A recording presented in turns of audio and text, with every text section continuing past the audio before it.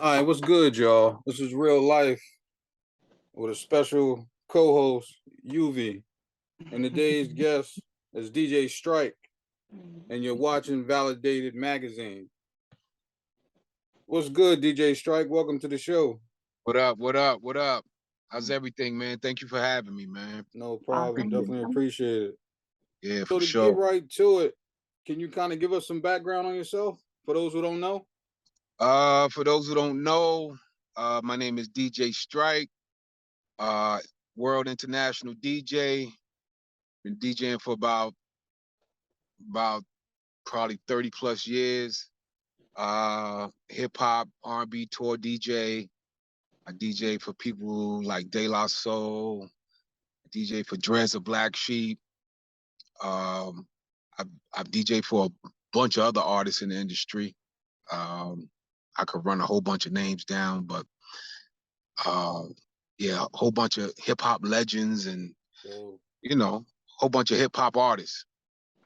That's how I rock. no, that's dope.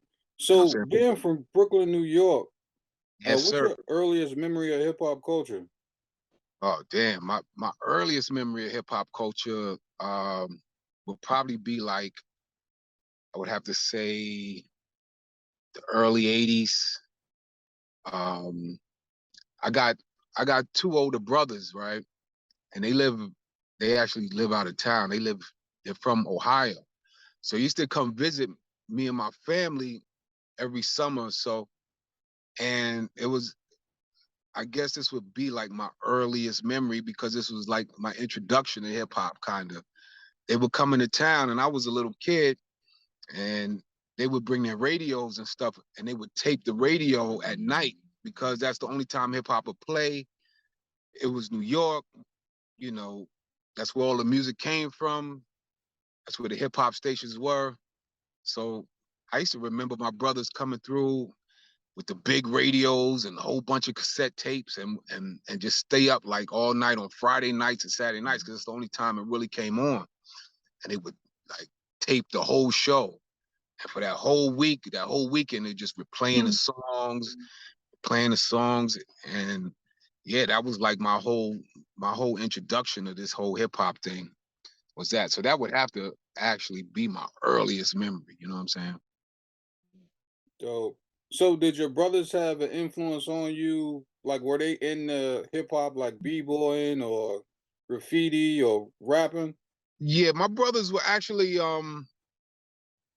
I would say they started off as just fans. Um, but as time grew and everybody got a little older, uh, one of my brothers actually he turned into a DJ. He started DJing. I would have to say late '80s, early '90s, maybe. And that's that was my first time kind of seeing him do it. Um, and it was him and some dude that he knew, and they were partners, and they would DJ and stuff like that. And that really turned me on to it. Even though I was turned on before, but seeing him close up and seeing somebody that I know actually do it, that was that was the inspiration for me, you know. And so my other brother, he was just a fan, you know, he stayed a fan or whatever. And yeah, so it was basically he was a DJ, so I kind of just followed in his steps, kind of. Nice. So how did you actually get your start as a DJ? Uh, well, my start as a DJ, I started out DJing back in the early '90s, um, down in Atlanta. Mm. I dibbled and dabbled here and there when I was coming up in Brooklyn, because I grew up with a bunch of DJs on my block. Shit, Clark Kent lived three three blocks away from me. He Mm. used to battle DJs that I knew around my block. Um, I knew another DJ. His name was DJ Plas. He was in the movie Juice. He was one of the dudes that was cutting and scratching and doing all that. Oh, nice. So I was always surrounded by DJs, even at an early age. And a lot of them were into hip hop, a lot of them were into like reggae and stuff like that, because that was the heart of Brooklyn right there. And shit, man, like I said, I had DJ Clark Kent live like he lived on my block, but it was like 3 blocks down. You know what I'm saying? I used to hear about this dude, Clark Kent, how everybody used to go to his house and everybody be battling and stuff like that. But I was still a young kid, so I wasn't really able to see that. But I heard it, I knew it. I knew people who would go down there and do it.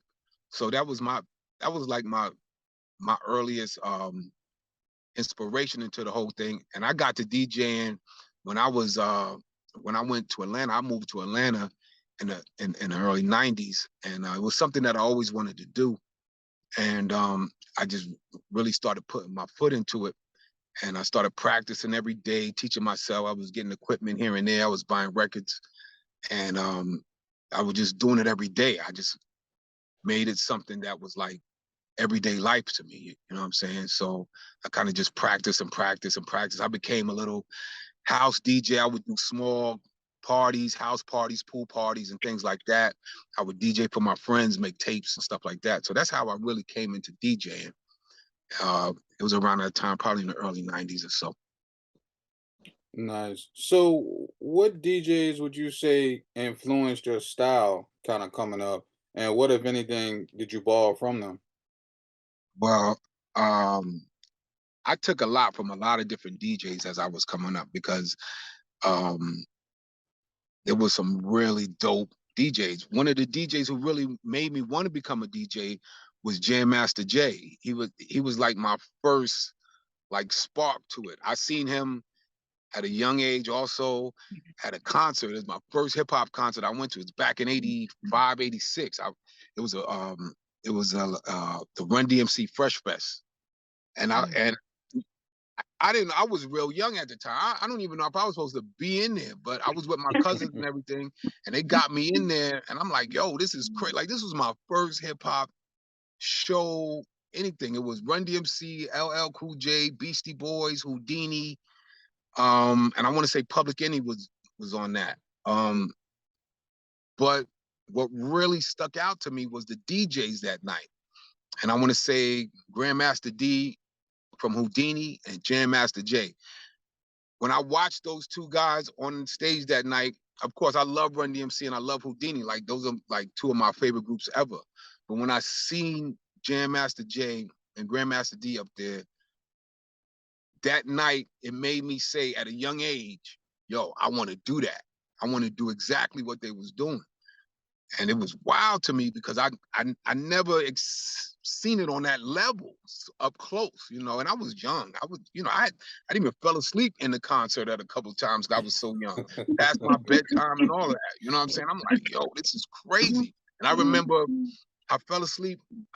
It was during somebody's set. I didn't mean to fall asleep, but I fell asleep for a second, like dozed off because I knew it was late. But I didn't sleep long because I woke up because the music was so loud. I knew it was like, yo, this is crazy. And the next set, it was the headliner was Run DMC. That blew my mind. That right there took me to like a whole nother level. And I knew at that point, I said, yo, that's exactly what I want. I said, I want to do that one day. You know, that's what I want to do. I didn't know how I was going to do it. I didn't know exactly what, you know, as far as DJing, yeah, I want to do that, but I wanted to be up on that stage. And that was really my influences. I took a lot from like people like Kid Capri. He was somebody that I vibe with from the beginning when I heard him. Kid Capri, Ron G, all the mixtape DJs, of course, Jam Master Jay, and even Jazzy Jeff is one of my favorite DJs. And these are people that I was listening to, you know, just loving the music. You know what I'm saying? But I would always take something from each DJ because they were just like the greatest to me. You know what I'm saying? I would take, you were talking on the mic, saying something like Kid Capri might have said, or, you know what I'm saying, flipped it a way that was my way, but, you know, on that line, trying to do tricks like Jazzy Jeff and all that. So I took away from all kind of DJs, man. I loved them all back then, you know, so that's where my influences really came from. That's dope. So, how did you go from, of course, learning how to DJ, and then how did you start to transition into ending up going on these tours with these legendary groups and DJs? Um, I'm sorry, legendary groups and artists. yeah. Well, shoot, man. Like I said, I I had spent so much time like learning and just teaching myself and just watching other DJs that I became like I said, it was a normal thing for me. I would do it every day, all day. I had friends that would DJ, so we would just stay in the house and DJ all day. So I was doing that for a while and doing small house parties and stuff like that. And at a certain point in time, I was like, yo, I got to get a little more out of this. Like, I just wanted a little more out of it. So I continued to DJ and tried to make um, a lot of good relationships, a lot of good connections through it, trying to jump up to the next level, you know, whatever way that was, either if it was on the radio, if it was in a bigger club, something. I just wanted to do something on a bigger scale as far as DJing. So what I did after I stayed in Atlanta for about maybe 7 years or so, I moved back to New York and I went to audio engineering school because I said, yo, I was like, this might be a way for me to do something a little extra in music. So I went and I did the whole audio engineering school and learning how to do stuff in the studio and all that. And after I did that, they hooked you up with like job placement, right? So they would have somebody to set you up with something to do as far as music goes, whether it was engineering or whatever. It was just your first gig out of this whole audio engineering school. So my first gig was hooking up with this dude who went to that school also, who was like a sound engineer. I don't want to make the story too long because it's a long story, but I'm gonna tell you. So I got up with this dude. He was like, yo, I need people to help me do this audio engineering thing. You mind going on tour, doing some, he didn't say who it was with, who it was for. I was just happy. I was like, yo, yeah, I'm down to go on tour and do whatever at that point. Even though I was still a DJ at heart, I was just wanted to do anything to get into the mix a little more. You know what I'm saying? So I got with this dude. He took me on the road. I was like his understudy. It was me and about maybe 4 other cats and all of that. So we were doing audio engineering stuff, and it was time for the tour to begin. I didn't know who was on the tour, and that day I found out it was like Pharaoh Monch, Talib Kweli, High Tech, Biz Markie, Common. It was De La. It was like all of these dudes. I was like, yo, like these are dudes I grew up listening. Like these are people that I love. These are the greats right here to me. So my first hip hop tour was with these dudes, even though I wasn't DJing, I was doing the audio engineering stuff like that. And it transitioned me to staying within that level to make myself go to that extra level. You know what I'm saying? So as I did that for a couple years, I got cool with everybody on tour. You know, I was doing audio engineering stuff. I was actually doing whatever I could do to stay in the mix. You know what I'm saying? So I was doing stage work, audio engineering. I was even doing merchandising, selling T-shirts and stuff like that. But the whole time that I was doing all that, in the back of my head, I was like, yo, I got to get on that stage one day. I don't know how I'm gonna get on that stage, but I'm gonna get on that stage one day. And that boosted me to a whole nother section. I had traveled with these groups for years. I got really cool with De La. We got in the studio, we recorded albums, we went back on the road. And this is the part that jumped me to performing on stage. Cause I was just a regular DJ. I do parties and all that, but it's a difference to performing as a DJ on stage with artists or just DJing in clubs. You know what I'm saying? So this transitioned me to DJing on stage with artists. De La Soul had signed this new artist during their album The Grind Day. His name was Butter Versus. He was from Florida, originally from New York, and he was like the new protege. The new protege, he was the dude they were bringing out at the time. And me and him had got real cool on the road. We became like brothers. We were just hanging out every day and all of that. We got real cool. And I knew his show from watching it every night, just seeing him, because he used to open up for De La. They brought him on the road to open up for him. And Mace would be his DJ. So Mace would DJ for him and then go on to DJ for De La right after that set. So by me doing everything I needed to do on stage, whatever it was, I watched the show and I learned it. And I was like, yo, me and him was vibing. I was like, yo, you need to let me come on there and rock with you. And I was like, yo, I even jump on as being your hype man, because I wasn't trying to take over Mace's job. That's his artist or whatever. I was just like, yo, I'll come on and I'll be your hype man. So we talked to Mace. He was like, yo, that's cool with me.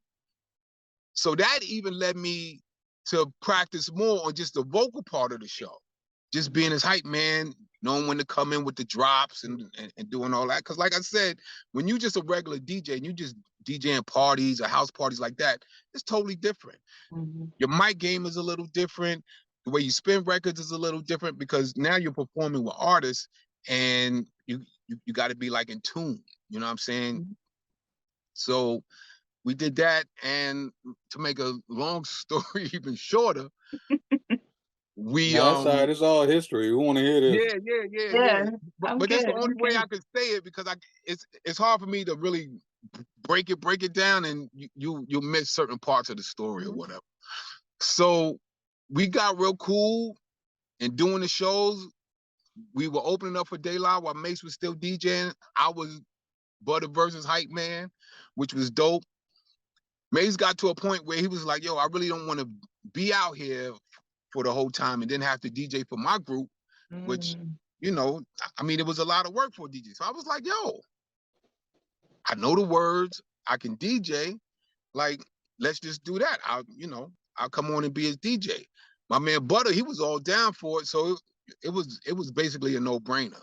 So me and Butter became almost a group on tour opening for Daylight. And we learned from watching them. So it was like we were their proteges, but we were still good. You know what I'm saying? Because that's what it was. And that's what kind of transitioned me to performing on stage. Now, getting with all of these legends, performing with them, that's another story, because it took me to get to Butter Versus, to get on that stage, to be able to learn and do what I need to do to get on the stage with the bigger artists. You know what I'm saying?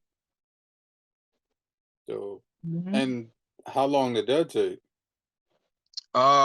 Sure. I DJ for Butter for about, obviously it really didn't take that long as far as Daylight is concerned.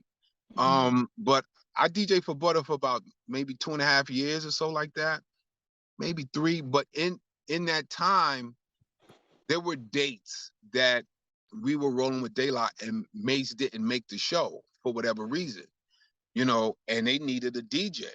I was the only one there at the time. So I knew their show just the way I learned my man Butter's show. I would be there and I would watch Daylight show every night. So I knew word for word. I knew transitions. I knew when to drop what, when to come in with what songs would come in. But also, it's a little different than watching and hearing it to being up there doing it. It's a little difference in that. So that within that 2-year mark, they knew I could DJ for Butter. They seen what I did. So it was like, yo, we need you to fill in for Mace and you DJ for us. And I was like, all right, cool. And the first time I got to do that for them, we were on tour in Australia. And we had rocked big shows. And this was like the first few dates in Australia. Mace didn't make like the first 2 or 3 dates. And I'm like, oh, damn, okay. They need me to be a DJ. And I was cool with that. The first one I did, I was really nervous because it's different. It's a difference of DJing for legendary artists who've been doing it for years upon years than DJing for your man who just came out and y'all just kind of still figuring it out as you go. DJing for Daylight, you got to be on point. There ain't no mess ups. You got to be on total point, because these are legendary dudes. You know, they don't accept anything less. So I did the first show with them out in Australia. It was a club show. It was a pretty big show, maybe 3,000 people, maybe, and a big thing. And that was cool, even though I was nervous. The second show came, Mace still didn't make it. This was even a bigger show. This was a festival show. This had like 60,000 people. Wow. So that threw me, like, I never DJed in front of that many people before. You know, even being an opening act with De La, this was my first time doing it as a DJ for De La. So yeah, I was nervous.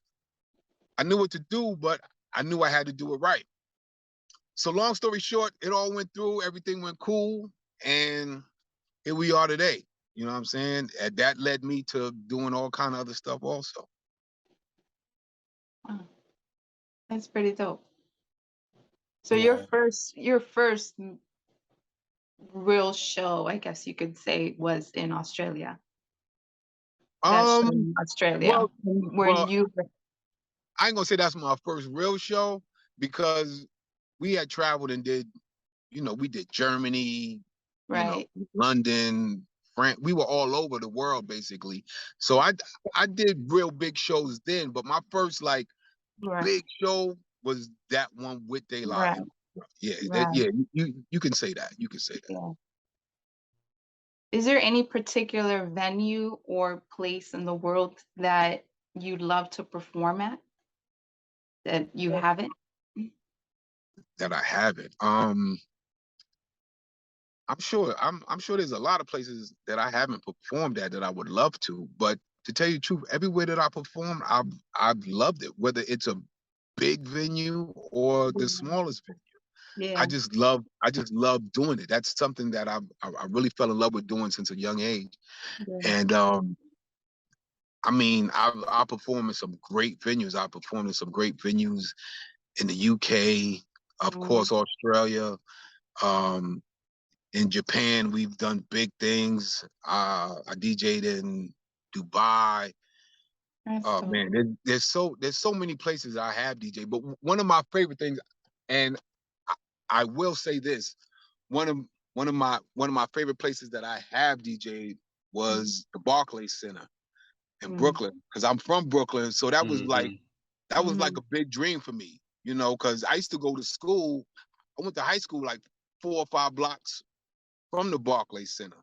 So for me to DJ on that big stage, that was like that's something I could never like take for granted. That was probably one of the biggest places that I think I've rocked, not just by big in size, but just by big in its name and its stature and everything. But the Apollo has been dope too. That was something I've always mm, wanted to do, and I've got to rock there. I got to rock there a few times. Yeah, I've so, DJed in some pretty big, dope venues, yeah, you yeah. know. So that's been cool. That's been pretty cool. The Apollo, that's got to be crazy dope. Yeah, that was bananas. That was bananas. You know, you Yeah, watch that show on yeah, TV for so many Yeah. years, and the yeah, next thing you know, you on that stage like, whoa, like yeah. this is this is what it feels like to be up here. You know what I'm saying? Yeah, So yeah, it's that's dope. It's dope. No, that's dope. So I've heard that hip hop fans abroad still love genuine, hip hop and appreciate the culture still with Oh yeah, including the core values. But would you agree with that versus fans in the States? yeah, yeah. I've seen that from the beginning. I've always thought that fans overseas or in different countries, they really have a different appreciation for hip hop music. mhm, Um, because here in the States, of course, it was born here, bred here.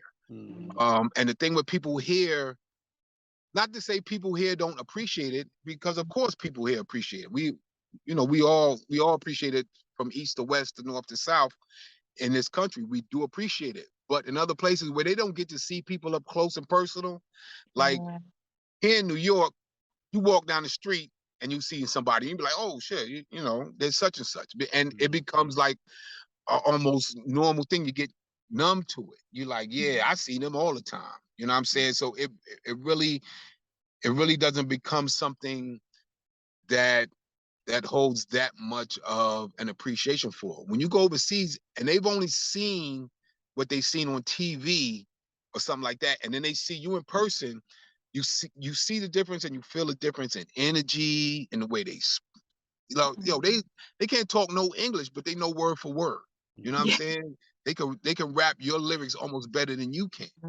You know what I'm saying? They know all the lyrics on the album. So that shows a bigger appreciation to it because they don't see it up close and personal like we see it up close and personal. We went to school with people who are now rappers or, Yeah, true. you know, I grew up the street from Jay-Z down the block. I would see him ride by every now and then. So it's like, oh yeah, there's Hov. But you go overseas somewhere where they don't see that, they show a little bit more love. And you feel that from the fans and from the people in general. You know what I'm saying? So there is a little bit more of an appreciation for hip hop music out there. Plus, they love vinyl. They still buy vinyl out there. You know what I'm saying? We do shows out there and they still come to you and be like, yo, y'all got any vinyl? Here, I just bought vinyl. Yeah, people still ask, like they're Yeah. collectors to the core, like they're b-boys. You got to see the graffiti on the walls that are out in these other countries. Like it's hardcore. The way they dance, they still break dance, beat. Yo, it's crazy. Like it's real crazy. So yeah, they definitely have a bigger appreciation for hip hop than I think people here in the States do. Do you have like a crazy fan moment abroad? Oh, oh man, it's probably so many crazy fan moments. Sheesh. I mean, of course, you know, rolling with people like De La Soul or Dres, like these are legendary dudes, man. So you get people. Oh man, I've seen people chase us down in tour buses. Like I've seen people trying to sneak backstage just to meet people, and fan moments, man. They almost happen all the time. It's been a while since I've really seen something like that, but I know for a while, like, yeah, there's a lot of wild fan moments. I don't want to get too crazy in the fan moments, but yeah, there's some wild fan moments out there, No, that's funny. Yeah, man. People doing wild stuff for anything, I'm just trying to be close to you, you know what I'm saying? And with people throwing clothes and stuff up on stage or running up on stage, all of that stuff, man. It's wild. But it comes with the territory, that's all a part of it, man. That's all a part of it. No, that's true. So if you could collaborate with anyone in music, past or present, tomorrow, who would it be and why? Oh man. There's a couple people I would love to work with, just on like on anything. I would love to work with Nas because I just feel like me and Nas like we're like so close in a lot of like spiritual moments. I gotta say. It's ill because me and him we're born on the same day. We got the same birthday. He's from Queens, I'm from Brooklyn. My pops is heavy into jazz. He taught me all about jazz as far as I'm growing up. His brothers were signed to Motown records. Like the music thing is crazy. And with Nas, his pops was a jazz musician. So I just feel like we're like kindred souls somehow. I just want to see how that connects whenever we meet or we come together. But I'd like to work with a lot of people, man. Of course, one dude I would have loved to do anything with was Big. Of course, he's not here, but he was just so dope to me that he would definitely be somebody I would always love to work with. I mean, man, I just love hip hop so much, man. There's a lot of people that I would just love to just, even if I don't collaborate, I just love to sit there and just soak in some information that they got. You know what I'm saying? So yeah, but yeah, like Nas and Big. There's a lot of dudes that I see now that I like as far as shows go and stuff like that I would love to work with. Just do anything like Rakim and Kane and all of them, because those are people that I grew up loving. So yeah, I mean, I love to work with anybody, man. Yeah. Just Those are two of my favorites, and I actually just saw Rakim about a month ago, and he's dope.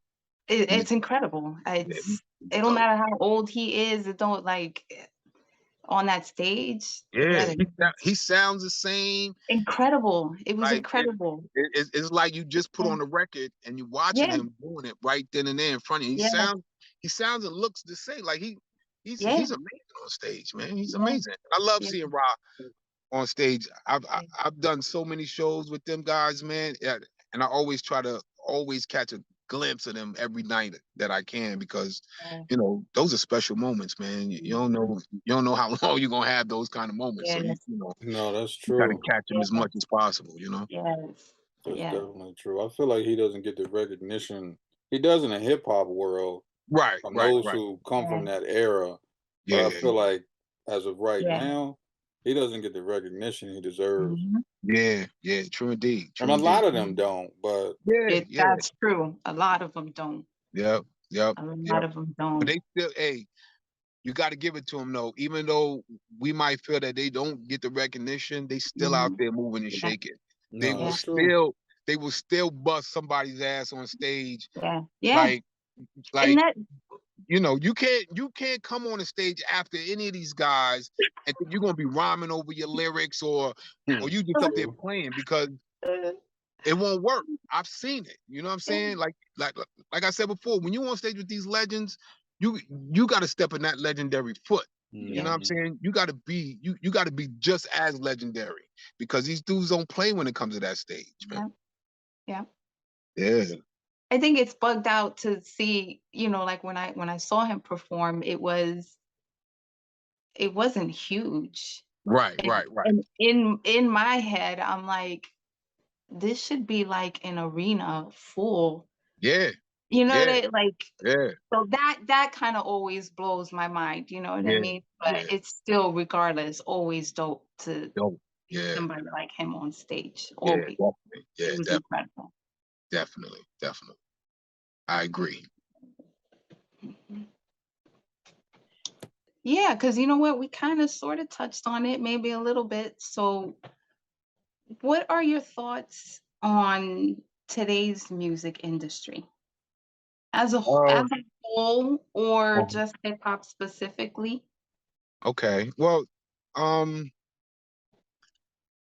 thought on hip hop right now in this present moment, I don't want to hate on hip hop right now in this present moment, because I just feel like, you know, hip hop is always evolving. So it's, you know, we'll go through a change for a second and then it'll evolve into something else.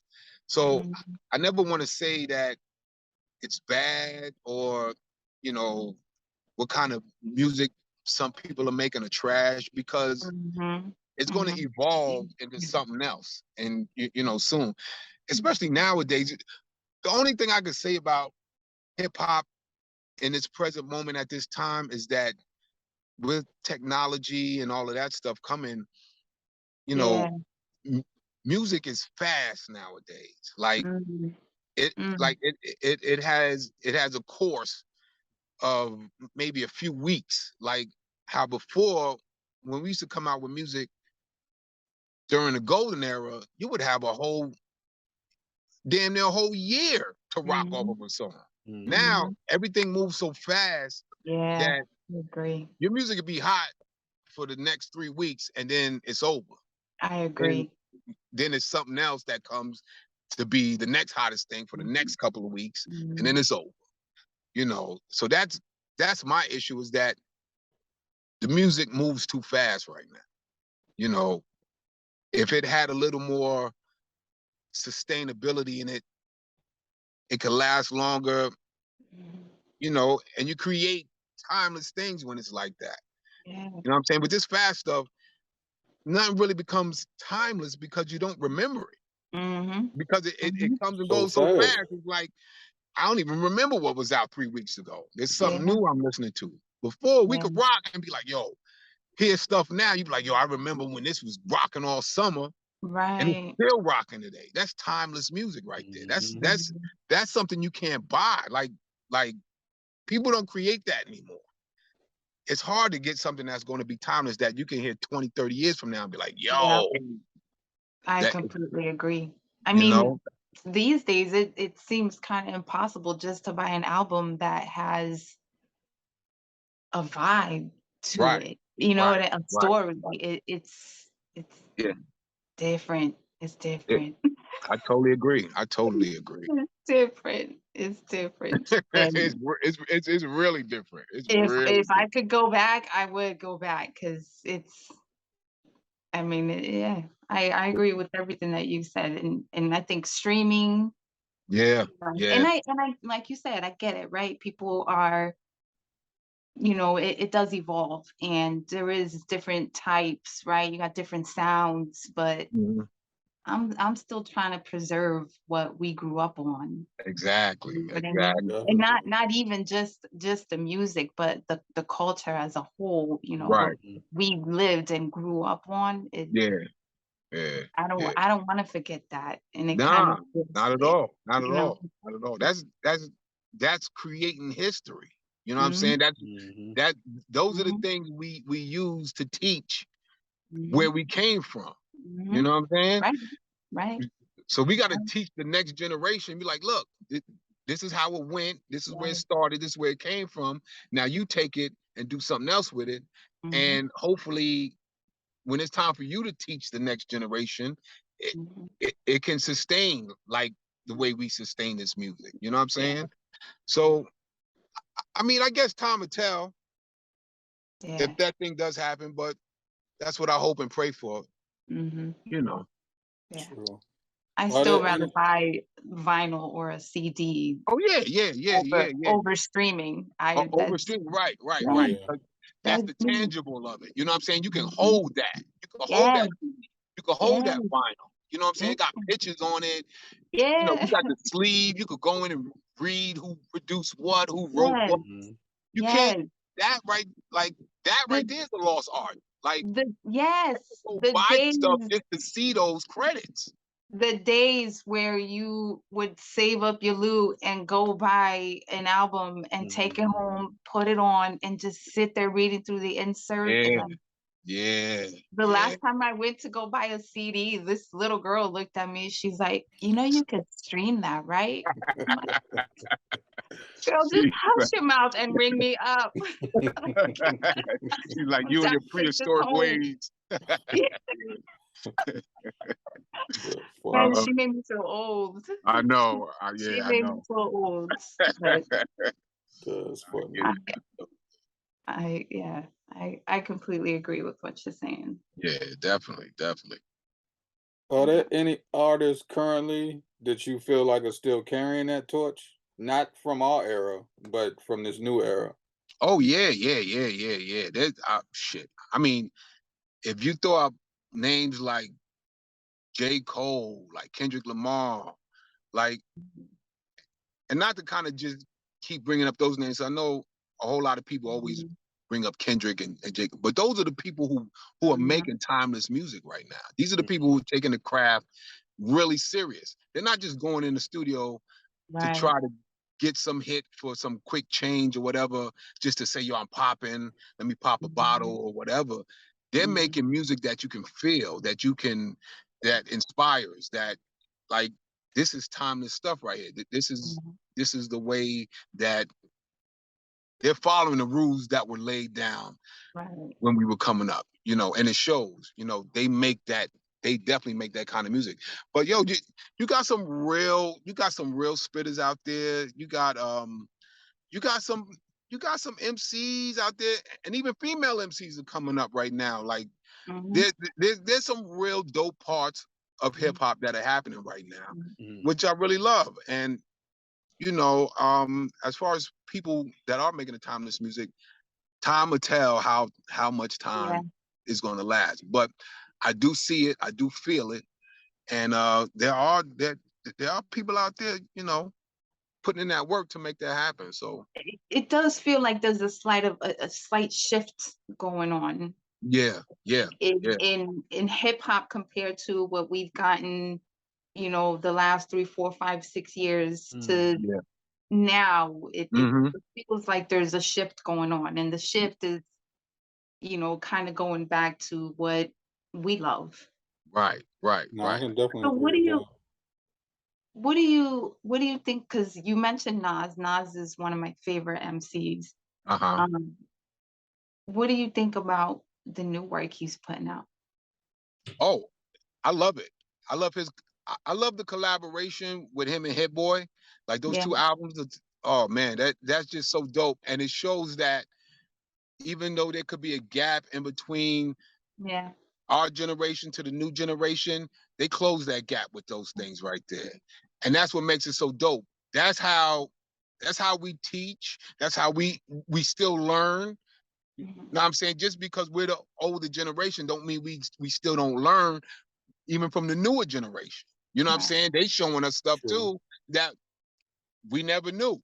So Mhm. it works hand in hand. And I think even the stuff that Nas just did with Hit Boys, like, you know, you got, I don't want to call him an old school rapper, but from today's, you know, people, they would call Nas the old school rapper. But Yeah. from Yeah.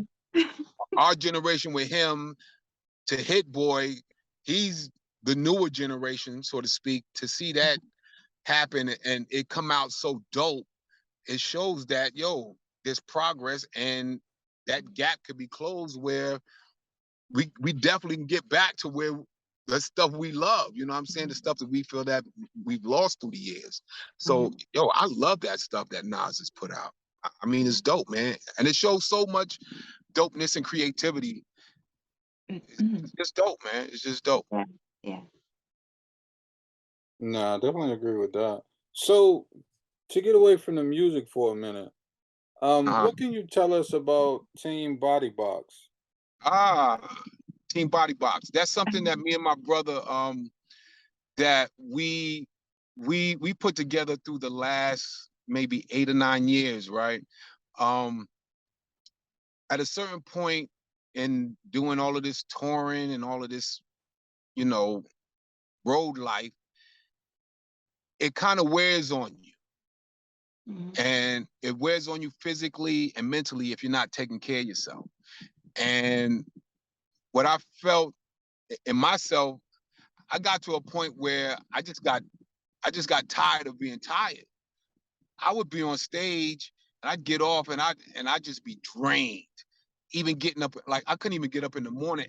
But that was a lifestyle I was leading, living on the road. You don't get much sleep.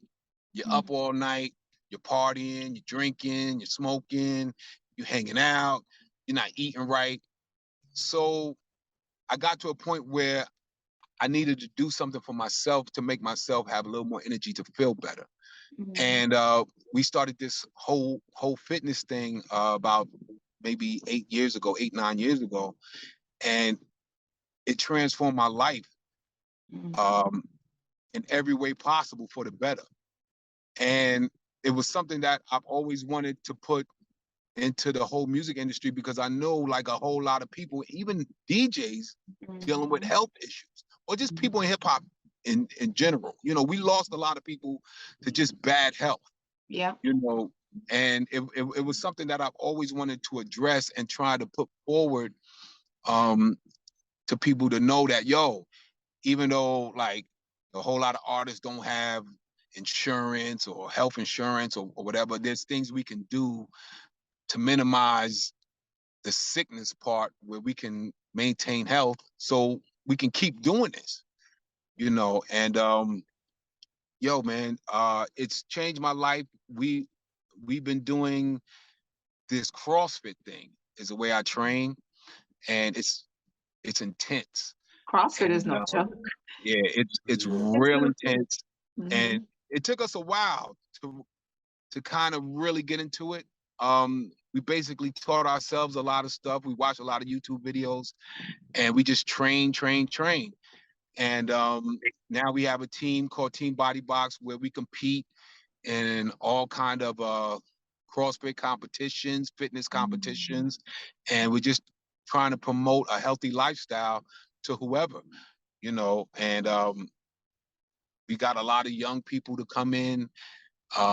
We got a lot of older people to come in and just, you know, try to make their life a little better as far as health and fitness goes. So that's where Team Body Box comes in. That's That's like a whole nother love for me that I found, even as far as doing this music thing, which is like one of my first loves. This fitness thing is a whole second love for me right now. So, you know, that's something that I'll be doing probably for the rest of my life. Mhm. And I'm gonna keep promoting Mhm.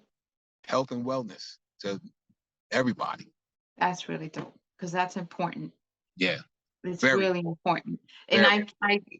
you know, like you said, we've already lost a lot of MCs, Yeah, you know, to bad health. And as I get older, I keep thinking to myself, like, man, we're gonna start losing more of these legends. And I yeah, don't, you know, it's dope to see, you know, Method Man, for instance. Look at him, you right, know what I mean? He's really right. changed his life around. He's healthy. Yeah, yeah, I definitely would love to see yeah, more MCs and artists yeah, do that. So that's yeah, really dope. yeah. That's dope. And I love to see them guys do that too, man, because Mhm. even when I started, I still didn't see a lot of people like really doing fitness. I'd see Mhm. some here and there, but like 7, 8, 9 years ago, I was like, yo, I want to do something to kind of put this message out and just be proof that it works, it helps. You Mhm. know, so I would even do things like I would try to get Pos and Dave and Dres in the gym with me while we're on the Mhm. road doing stuff. Yeah. You know what I'm Yeah. saying? Just to kind of get them in the mode to staying on that health and physical thing because we all deal with sickness and things while we're on the road because like I said, you're traveling, you don't sleep well, you don't eat right, you know, that lifestyle leads into a lot of sickness, you know what I'm saying? And I just want to be that kind of inspiration for people, man. So Mhm. we Mhm. could keep everybody here Yeah. longer than possible. Because I swear, if there was something I could have did with Fife, because Fife was cool with me, man. Right. He was a real dope dude, and to see him pass from what he Mhm. passed from, it hurt my heart, and it still hurts my heart to this Mhm. day, because I knew there was things he probably could have did a little more to help him stay around longer, you Right. know. So he's somebody that I always think about when Mhm. I'm on this whole fitness knowledge and everything, because he was somebody I wish I could have helped a little more or even did something to kind of keep him around because he was Yeah. just such a dope dude Yeah. that I love to do, you know what I'm saying? So yeah, definitely. That's really dope. You have a website for that? Um, Mhm. right now we're on Instagram. We Oh, okay. we did have a website, but we figured that doing a lot of things on Instagram was probably the easiest for us. Mhm. Right Mhm. now, we'll probably set up a website a little later with videos and all that, but we've been Mhm. able to kind of do a lot on Instagram and maintain. Yeah. So if you go on Instagram, there's a Team Body Box page, and you can go in there, you can check out a whole bunch of videos. We also Mhm. have a Team Body Box programming page. You can find that on the Team Body Box page and look at that page, and we put up all kind of like workouts and fitness things Mhm. that you can do and follow, you know. And if anybody has any questions about any kind of fitness thing, just send us an email. We're always on there. You know, we'll talk. If you want to come get trained or you want to work out with us some days, hey, we Mhm. do all of that too. So ain't nothing but a reach out, you know. Right. That's good. Good. No, that's dope. Yeah. Yeah. Yeah. Real So, dope. what does the remainder of 2022 look like for you? Uh, well, I'm hoping it looks good. It's been looking pretty good so far. As far as shows go, things have been picking back up. You know, as far as the whole shutdown and pandemic thing went, you know, once that thing went, it shut down so much Yeah. for everybody, and it's slowly been creeping back here in the States to where it was at one point. I don't know if it's going to get totally back there, but Yeah.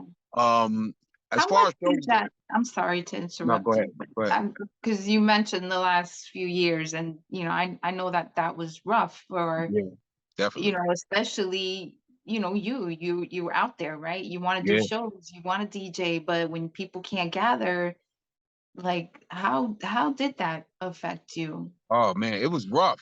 It was rough because um that year of the lockdown was crazy because we had as far as me and Dres goes, we had tours lined up. We were oh man, we had a bunch of things lined up, and it was like building up, and it just all of a sudden everything got wiped away, and it was just like a total shutdown, and it was hard, man. It was hard because like the way you live for so many years, the way you Yeah. made your money, it just Yeah. went away, and it was just like there was no alternative at that point to what you could do to kind of make up for it.